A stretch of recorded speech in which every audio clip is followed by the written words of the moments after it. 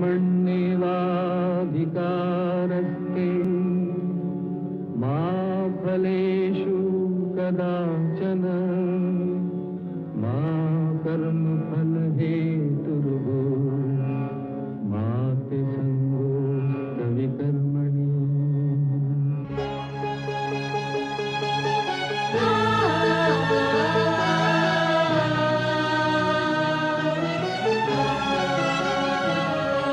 ये औरत है कुदरत का अनमोल तोहफा, ये ममता का सागर, मोहब्बत का दरिया है। हर नस्ल हर देश पर कर्ज इसका बनाया गया, त्याग को फर्ज इसका। मगर इसकी दुनिया ने कीमत न जानी, मगर इसकी दुनिया ने कीमत न जानी। अजब दास्तां है, अजब है कहानी।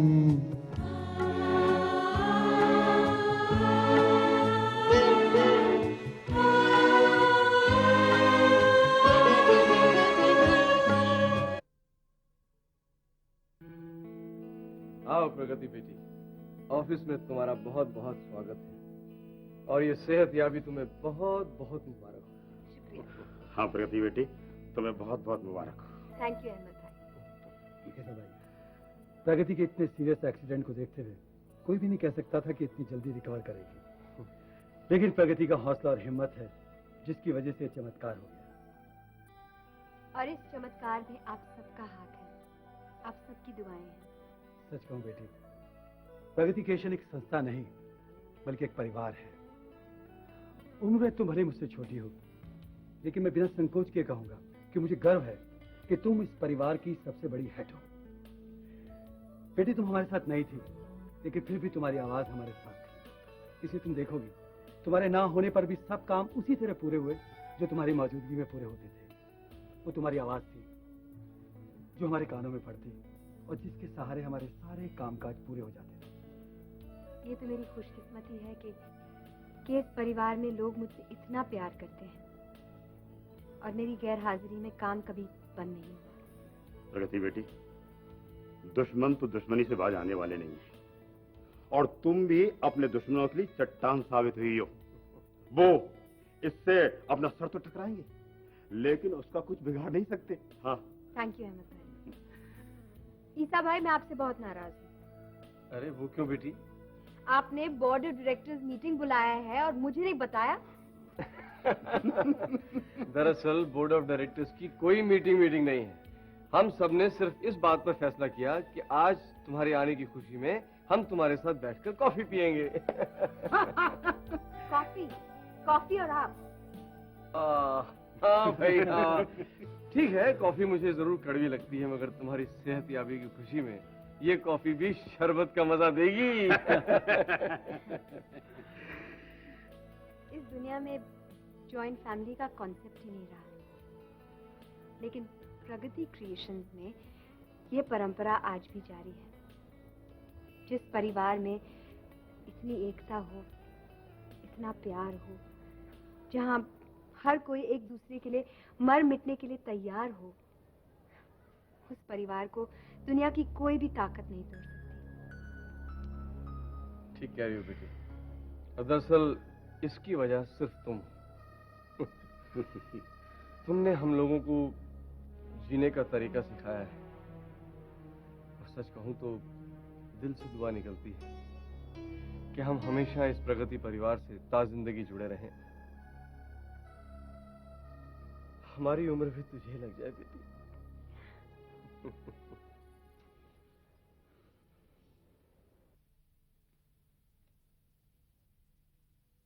तिवारी, मेरी दरख्वास्त का क्या हुआ विक्रम साहब? देखो तिवारी, मैंने तुम्हारी दरख्वास्त पर काफी संजीदगी से गौर किया है।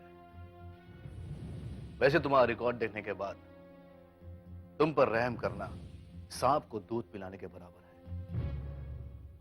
पर चूंकि तुम हमारे डिपार्टमेंट के आदमी हो, मैं तुम पर कुछ रियायतें कर सकता हूं। मैं आपका एहसान जिंदगी भर नहीं भूलूंगा विक्रम साहब।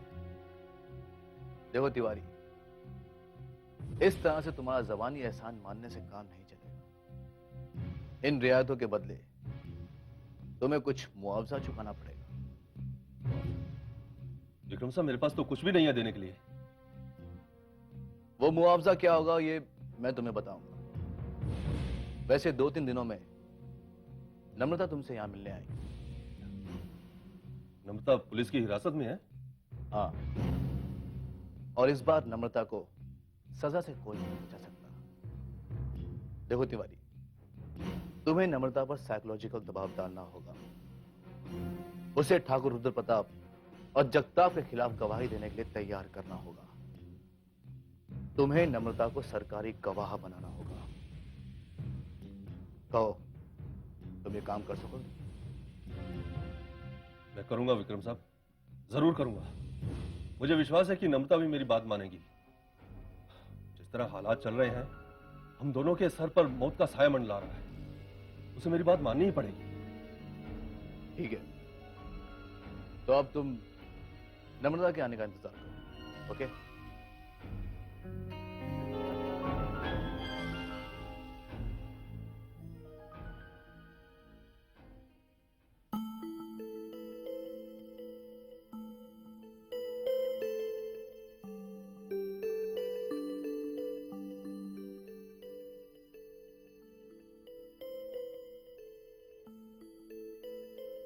अरे, ऐसे क्या देख रहे हैं? नजर लगाने का इरादा है क्या? ममता जी, मैं तो आपसे कहूंगा कि आप अपनी नजर उतरवा लें। क्यों? मुझे अपनी नजर उतरवाने की क्या जरूरत है? ममता जी, आपकी जितनी भी तारीफ की जाए कम है। आप जिस तरह से भेष बदलकर बच्चे को ले जाकर अस्पताल गई और वहां की सिचुएशन आपने जिस तरीके से हैंडल की, काबिले तारीफ है। और वो सब मैं विक्रम के मुंह से सुन चुका हूं। और विक्रम ने तो मुझे ये भी कहा था कि अगर मैंने भी आपको वहां देखा होता तो शायद पहचान ना पाता। समझी। तो हुजूर आज हमारा मजाक उड़ाने के मूड में है? नहीं नहीं ममता जी, ऐसी बात नहीं है। दरअसल विक्रम ने जब मुझे अस्पताल की सिचुएशन बताई तो मैं वहां का हाल सुनकर बहुत हैरान हो गया। नमस्ते भाभी जी। नमस्ते। Hello sir. नमस्ते, नमस्ते। कम विक्रम, कम। विक्रम। लो भाई, विक्रम खुद ही यहाँ मौजूद है। आप इनसे खुद पूछ लीजिए, मैंने आपकी झूठी तारीफ नहीं की। सर, अगर आपने भाभी जी की तारीफ की है तो भला इसमें मेरी गवाही की क्या जरूरत है? तुम नहीं समझोगे, मैं समझाता हूँ। Please come. Thank you sir. Mister Vikram, अभी आप कंवारे हैं और अभी आपको इस बात का तजर्बा भी नहीं कि दुनिया का हर शादीशुदा मर्द अपनी बात साबित करने के लिए कोई ना कोई गवाह जरूर चाहता है। बस बस, देखिए हमें आपकी बात पे यकीन आ गया। Thank God. चलिए, आपने मेरी बात तो मानी। हाँ सुनाओ विक्रम, क्या खबर है? सर, लगता है भगवान हम पर मेहरबान है। धीरे धीरे सारी चीजें रास्ते पर आ रही हैं। सर, नम्रता हमारे कब्जे में है और मैं अभी अभी तिवारी से मिलकर आ रहा हूं। और सर, अब मुझे पूरा यकीन हो चला है कि ठाकुर रुद्र प्रताप बहुत जल्द हमारे कब्जे में होगा। वो अब हमसे बच नहीं पाएगा। इसका मतलब तुमने तिवारी और नम्रता को मिलाने का प्रोग्राम बना लिया है? Yes sir. Well done. Sir, मैं उसी के लिए आपकी परमिशन लेने आया हूं। Carry on. मैं चाहता हूं कि तुम इस केस को अपनी तरीके से हैंडल करो। Thank you sir. Thank you very much.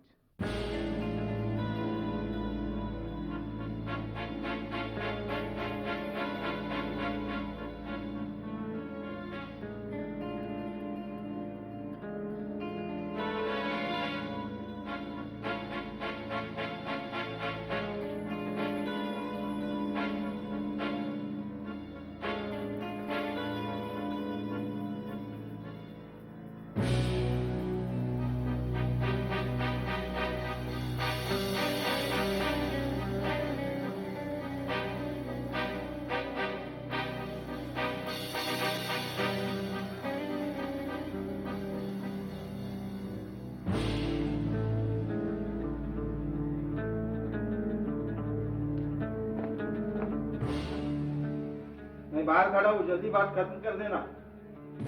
मुझे क्यों बुलाया तुम्हें? ममता जी, अब वक्त और हालात हमारा साथ नहीं दे रहे। ये समझ लीजिए कि हमने जो कुछ भी किया उसका यही अंजाम होना था। अब मैं दावे के साथ कह सकता हूं कि मुजरिम कितना भी चालाक क्यों ना हो, कानून की नजर से नहीं बच सकता। हम इस चक्रव्यूह में फंस चुके हैं, मैं भी और आप। अब हमारे पास इस चक्रव्यूह से निकलने का एक ही रास्ता है कि हम इंस्पेक्टर विक्रम की बात मान लें और उसका साथ दें। तू बेवकूफ है तिवारी, बिल्कुल बेवकूफ। तू जानता है, अगर हमने इंस्पेक्टर विक्रम की बात मान ली तो हमें मजिस्ट्रेट के सामने अपना बयान देना होगा, और हो सकता है ये लोग हमारे बयान का गलत इस्तेमाल करें। समझता नहीं है बात को? ये इंस्पेक्टर विक्रम है ना, बहुत शातिर है। ये भी हो सकता है कि हमारा बयान लेने के बाद भी वो हमें सरकारी गवाह ना बनाए। उसके बाद क्या होगा, जरा सोच क्या होगा उसके बाद। ममता जी, इन बातों को सोचने का वक्त नहीं है हमारे पास, और ना ही कोई रास्ता है। मगर तिवारी, हमारे बयान से वो लोग फंस जाएंगे जो हमारी मदद करना चाहते हैं। किन लोगों को बचाने की बात कर रही हैं आप? उन लोगों को जिनको बचाने के चक्कर में आज हम जेल की सलाखों के पीछे हैं? उन लोगों को बचाने की बात कर रही हैं जिन्हें हमारी जरा भी परवाह नहीं? अरे ममता जी, ये वो लोग हैं जो अपना काम निकल जाने के बाद आदमी को दूध में गिरी हुई मक्खी की तरह निकाल फेंकते हैं। मैंने ग्रोवर के यहाँ फोन किया था, ठाकुर रुद्र प्रताप के साथ बात की थी। उसका जवाब आज भी मेरे सीने में सुई की तरह चुभ रहा है। आप मेरी बात मानिए, ये वो लोग हैं कि जो कुत्ते से बदतर है। ये घटिया किस्म के कुत्ते हैं, कुत्ते।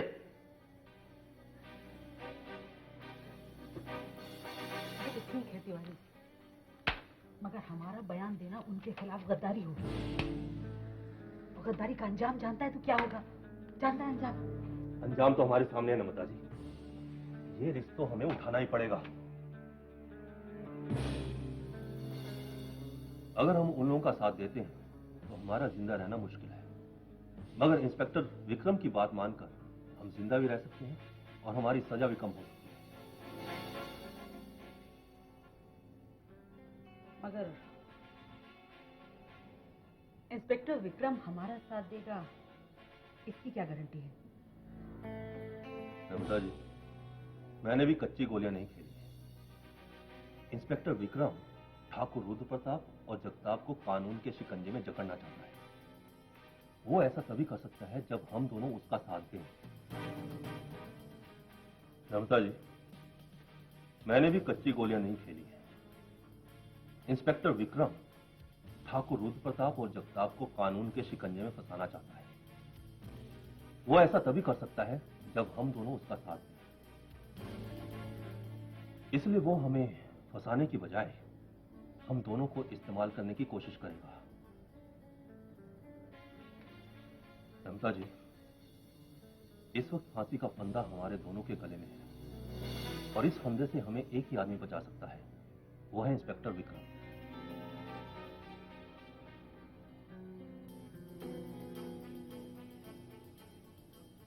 तिवारी, मैं किसी फैसले पर पहुंचने से पहले इस मामले पर एक बार अच्छी तरह और सोचना चाहती हूँ। सोचिए, लेकिन इतना ध्यान रखना, हमारे पास वक्त बहुत कम है।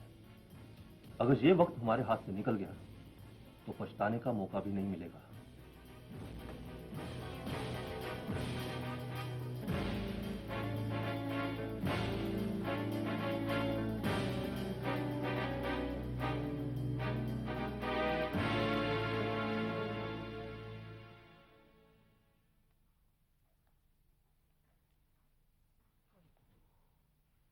Good morning Nikki.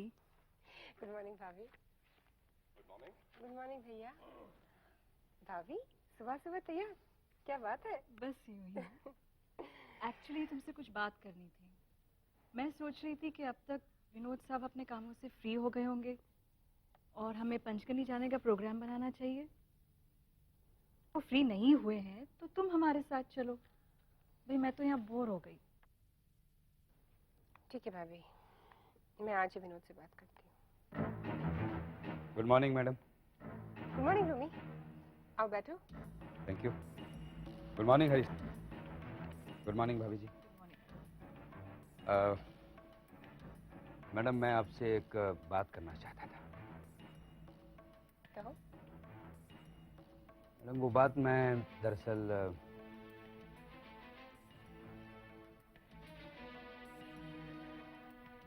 रोमी, ये भैया और भाभी है, तुम जानते हो। जो कहना है इनके सामने कहो। अगर कोई खुशी की खबर लाए हो तो ये मेरे साथ खुश होंगे, और अगर कोई ऐसी वैसी खबर लाए हो तो एटलीस्ट मुझे संभालने वाला तो कोई होगा। मैडम मैं चाहता हूं कि आप एक मीटिंग अपने वकील कोतवाल साहब के साथ कर लें। कोतवाल से? क्यों? मुझे लगता है कि कोतवाल साहब ने आपको ठाकुर एंड ठाकुर के बारे में तमाम इंफॉर्मेशन नहीं दी हैं जिनकी जानकारी आपको नहीं है। तुम्हें क्या लगता है ऐसे क्यों कर रहे हो? मैडम लगता है कि वो विनोद साहब के मामले में इतना उलझ गए हैं कि अपना सारा वक्त उसी मामले को दे रहे हैं, और उनके इस रवैये को देखकर कभी कभी शक होने लगता है कि ठाकुर साहब ने जरूर उन्हें कोई लालच दिया है।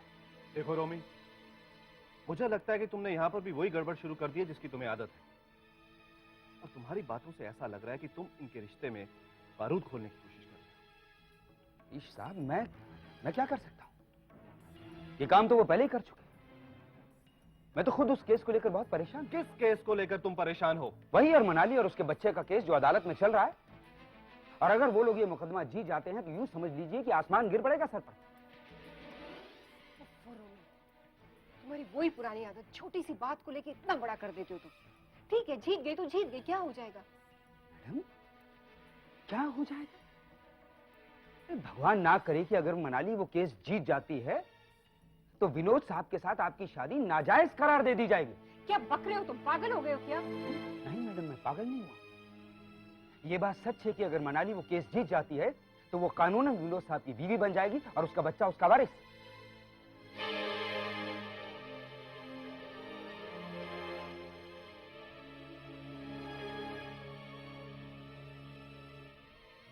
आपकी हैसियत दूसरी बीवी की हो जाएगी, जिसे हिंदुस्तानी समाज में बड़ी गिरी हुई नजरों के साथ देखा जाता है।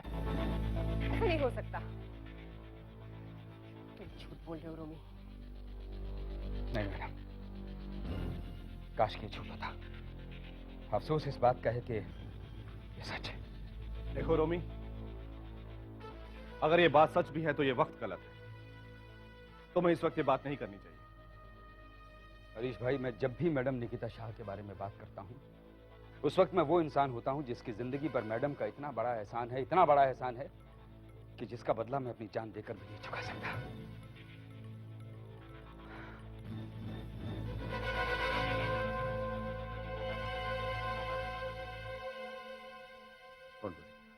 तुझे फिक्र करने की कोई जरूरत नहीं है, हम हैं ना तेरे साथ। भैया सब ठीक हो जाएगा। विनोद बेटे, चाहे जो भी हो और जैसे भी हो, हमें नम्रता को हर कीमत पर छुड़ाना होगा। ये आप क्या कह रहे हैं बाबूजी? क्या आप नहीं जानते नम्रता कितनी बदनाम क्रिमिनल है? वो जिस तरह से पुलिस के शिकंजे में फंस चुकी है बाबूजी, इस केस में हाथ डालना मुसीबत को इनवाइट करने के बराबर है। और वैसे भी नम्रता हमारी कोई रिश्तेदार तो है नहीं बाबूजी, क्या लेना देना है हमारा उसके साथ? विनोद बेटे, जिस काम की जिम्मेदारी मैंने नम्रता को सौंपी है वो काम नम्रता के अलावा और कोई नहीं कर सकता। विनोद बेटे, तुम समझ नहीं रहे हो। जब तक निकी की कोख में तुम्हारा बच्चा पल रहा है तब तक तुम महफूज हो, और जिस दिन वो बच्चा तुम्हारे दरमियान से हट गया, निकी तुम्हारे लिए ह्यूमन बॉम्ब बन जाएगी। वो इतनी खतरनाक बन जाएगी कि वो तुम्हें खत्म कर सकती है। इसलिए विनोद बेटा, नम्रता को उस मुसीबत से निकालकर मैं तुम्हें इस मुसीबत से बचाना चाहता हूं। और ये भी मत भूलो कि मनाली का मुकदमा अभी तक अदालत से खत्म नहीं हुआ। मगर बाबूजी, आपने तो मुझे बताया है कि जिस तरह से आप चाहते हैं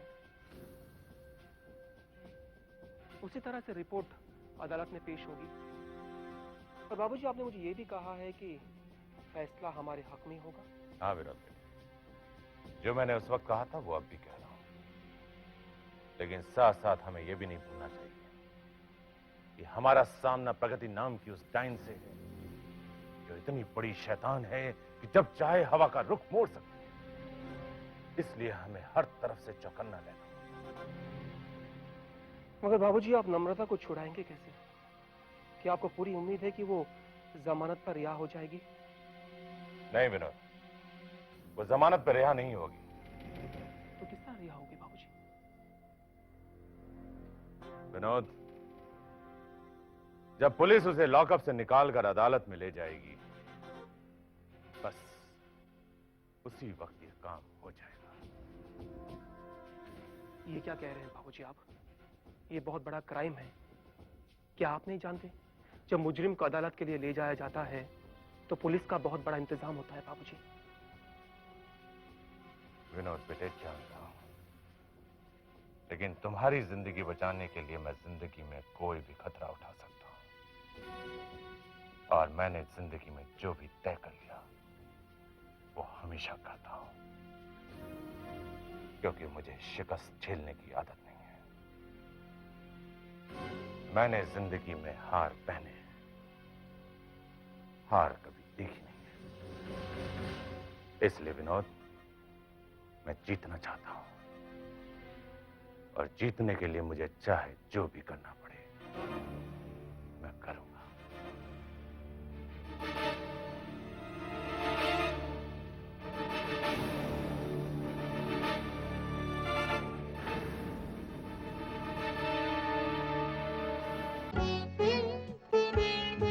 है दुनिया में इंसाफ की ये निशानी, अजब दास्तां है, अजब है कहानी।